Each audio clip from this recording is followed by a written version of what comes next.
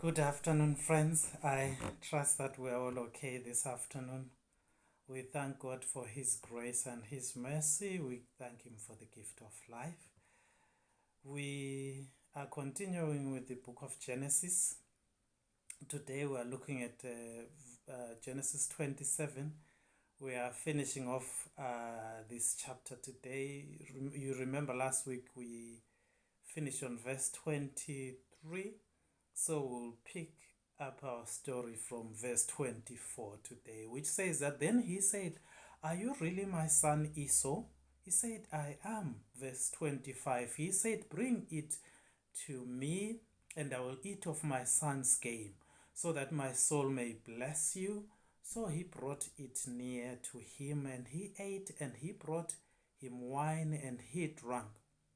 Then his father Isaac said to him, "Come near now and kiss me, my son." And he came near and kissed him, and he smelled the smell of his clothing and blessed him and said, "Surely the smell of my son is like the smell of the field, which the Lord has blessed.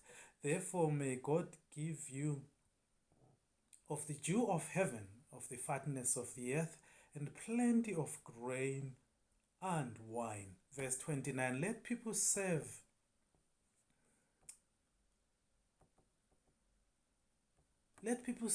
you, and nations bow down to you. Be master over your brethren, and let your mother's sons bow down to you. Cursed be everyone who curses you, and blessed be those who bless you.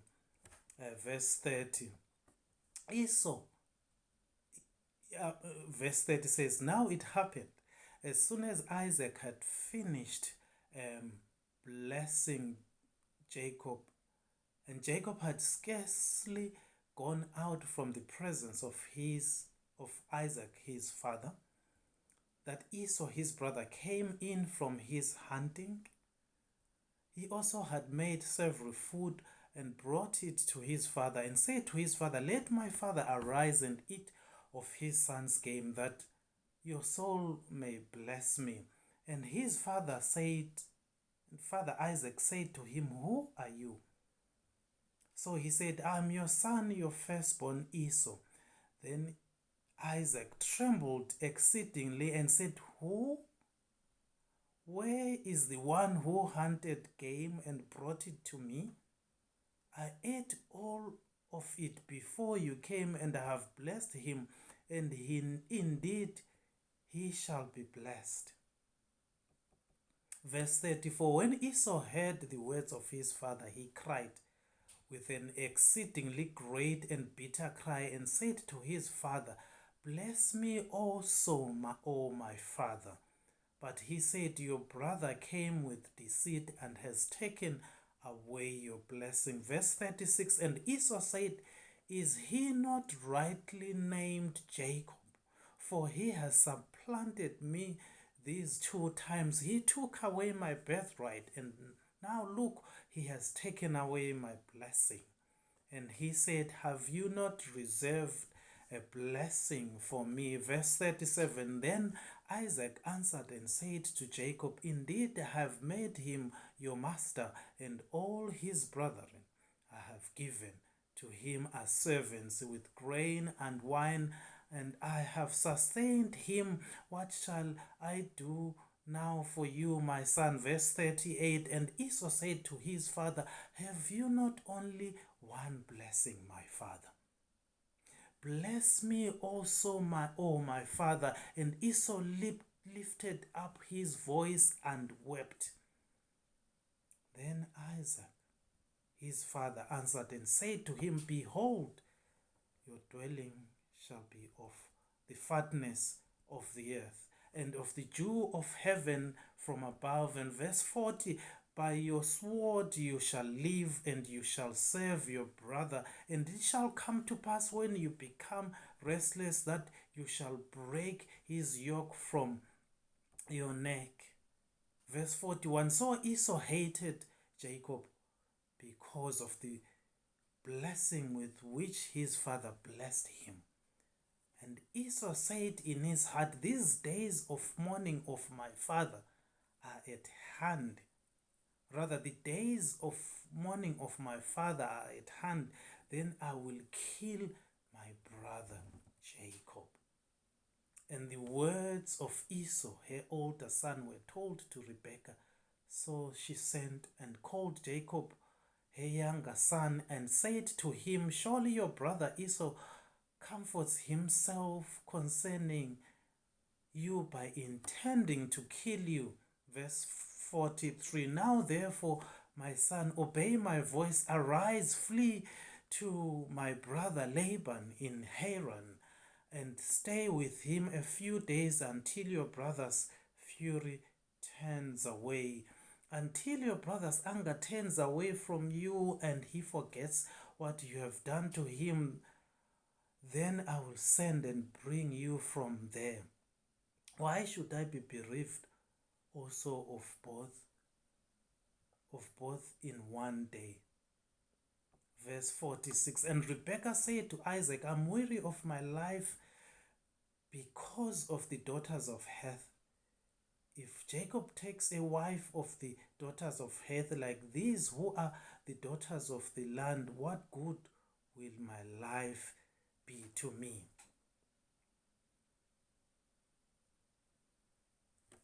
Isaac has blessed Jacob. Esau comes in.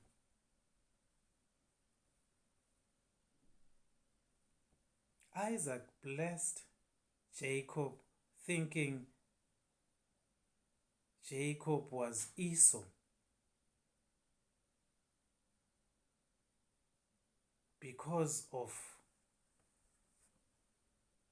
Rebekah. Rebekah plotted everything, put goat skins on on Jacob, and made Jacob put on Esau's clothing so that he would smell like Esau. Isaac recognized the voice, that the voice wasn't Esau's voice. It was Jacob's voice.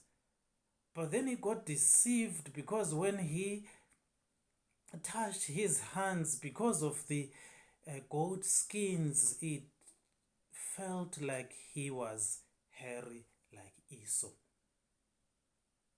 So Isaac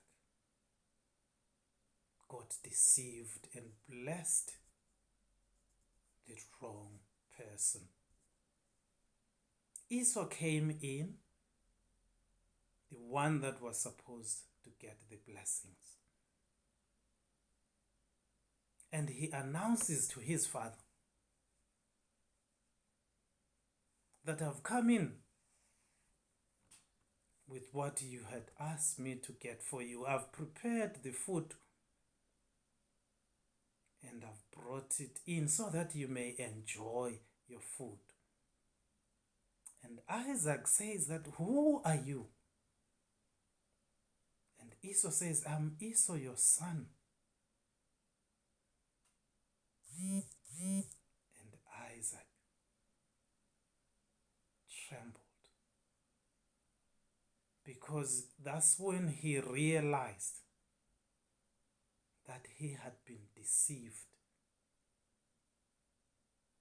Jacob, the deceiver, had deceived him, working together with his mother. Esau wept, and rightfully so. He wept because he had been robbed twice now. First, it was his birthright that was taken, and now the blessing was gone.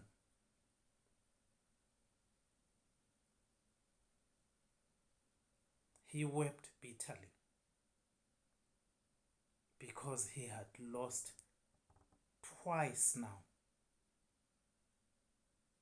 And he asked his father to bless him. But his father said, I've already blessed your brother. There is no way that I can take away the blessing from him. So he will be your master. And I can imagine how painful that was for Esau to have lost his blessings that way.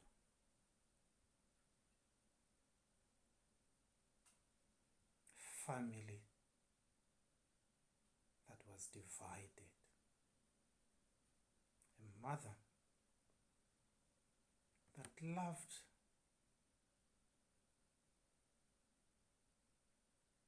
the younger son more than he loved the older one.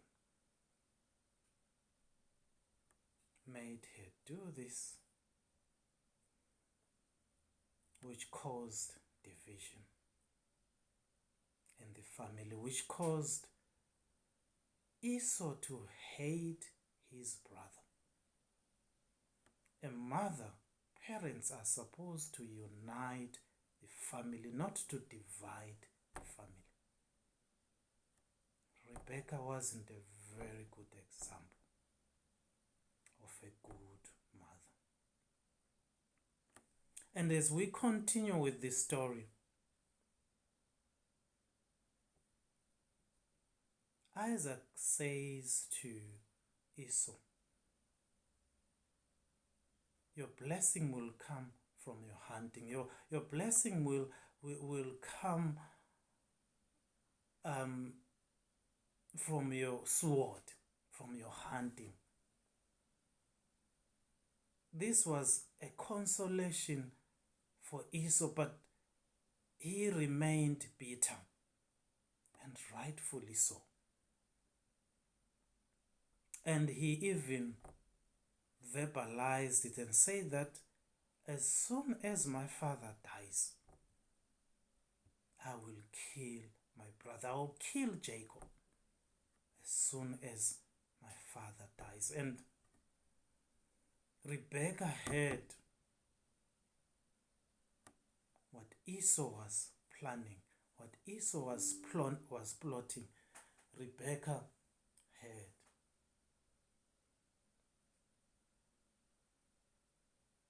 And a plotter will always be a plotter.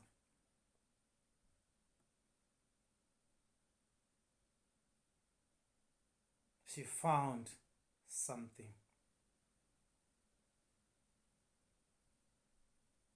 She made another plot. She decided that Jacob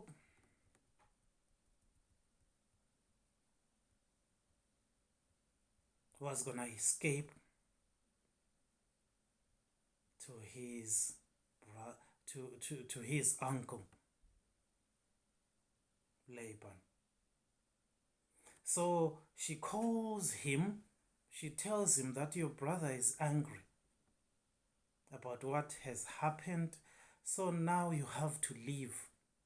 Go to my brother's place, Laban, and stay there until I tell you to come back. Stay there until your brother's anger has subsided. And she also had to convince Isaac to allow that to happen. But she had to find another reason other than the main reason why she wanted Jacob to escape, or rather Jacob to go to his brother. She went to Isaac and told him that the girls that were around his son were not very good for him. She didn't want them to end up marrying him because they were not very good girls. Jacob would rather get girls from Haran, where his brother was. And Isaac agreed to the plan because he didn't know the reason why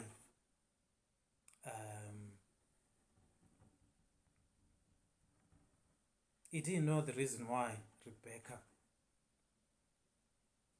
was planning that, and he agreed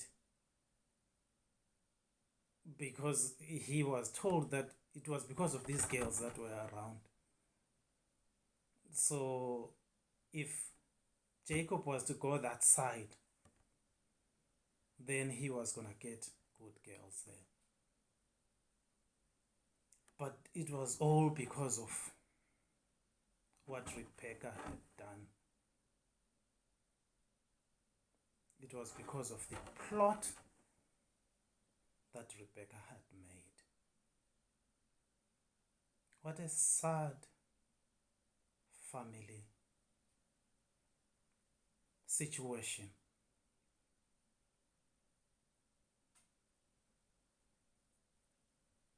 It was a family that started very well, trusting in God, following God's commandments. But then something along the line happened that changed all that. And now Esau is angry with his brother, and his brother has to run away. And his father is just about to die, and he leaves his dying father and now has to run away to live with the people that he has never lived with. All because of his mother. Rebecca wasn't a very good mother. Families should be united. Families should not come to situations like these ones. And the sad thing was that when Jacob left, it was the last time that he was seeing his mother. And her mother also, it was the last time that she was seeing her son. They were never to see each other again. What a sad end to a story that had begun so well, because somewhere along the line Rebecca derailed and it ended up like this. And these are lessons that we should learn, all of us. Let's follow God's principles all the time. Let's not allow the evil one to derail us. And let's not end up with divided families, but let's always maintain family unity, and let's love God with all our hearts, with all our minds, with all our souls, with all our strength, and love our neighbors as we love ourselves. Let's live peacefully as families. Let's live united. Let's love each other as families. And God will bless us. And God will multiply our blessings. And may God bless us as we think about these things. Amen.